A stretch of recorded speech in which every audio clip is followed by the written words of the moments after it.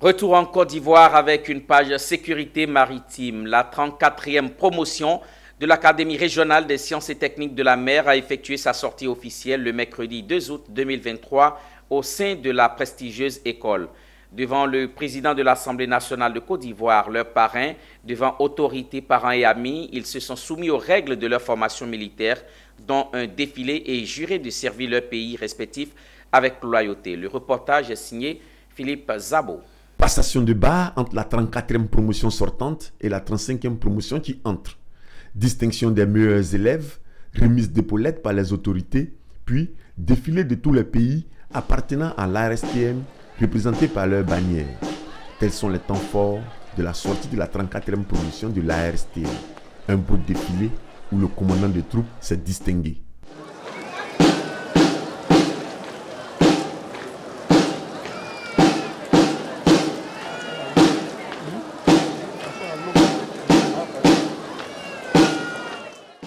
Les pas, tout était bon, tout était en harmonie avec la musique et ça allait, il fallait juste poser le pied gauche quand tu entends le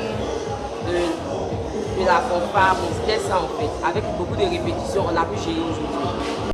Avant cela, la cérémonie a été marquée par une série d'allocutions. Le directeur général de l'ARSTM a profité d'un film institutionnel pour faire l'apologie de son école et présenter son plan stratégique. Je saisis donc cette occasion pour lancer un appel à toutes les entreprises partenaires afin de nous aider à la réalisation de ce projet qui permettra de donner la chance à plus de jeunes d'intégrer l'ARSTM.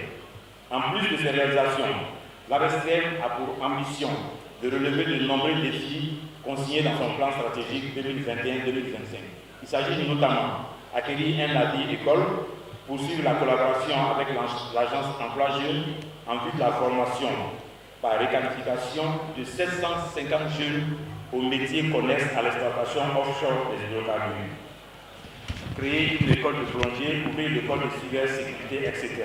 Quant au parrain de la cérémonie, comme un père des familles, il s'est épanché sur les doléances de tous. Mais il a exhorté le monde maritime en lui demandant de s'accommoder aux défis de la digitalisation. Cette journée mémorable de sortie de la 34e promotion des élèves officiers de l'Académie régionale des sciences et techniques de la mer nous montre à un haut point que la mer ainsi que toutes les activités qu'elle génère constituent un levier important de l'économie de nos différents États membres. C'est le lieu aussi d'apprécier à travers cette école l'intégration africaine dont fait preuve cette grande école. De ce fait, il apparaît impérieux que les politiques publiques axées sur le développement de l'industrie maritime ainsi que les enseignements qui y sont relatifs tiennent compte des nouveaux enjeux du monde maritime. Au nombre de ces enjeux figurent la digitalisation et l'émergence de l'intelligence artificielle. Ces pratiques nouvelles, de par la simplification des procédures maritimes et portuaires et de par la dématérialisation qu'elles induisent, viennent fortement impacter les pratiques en cours dans le secteur.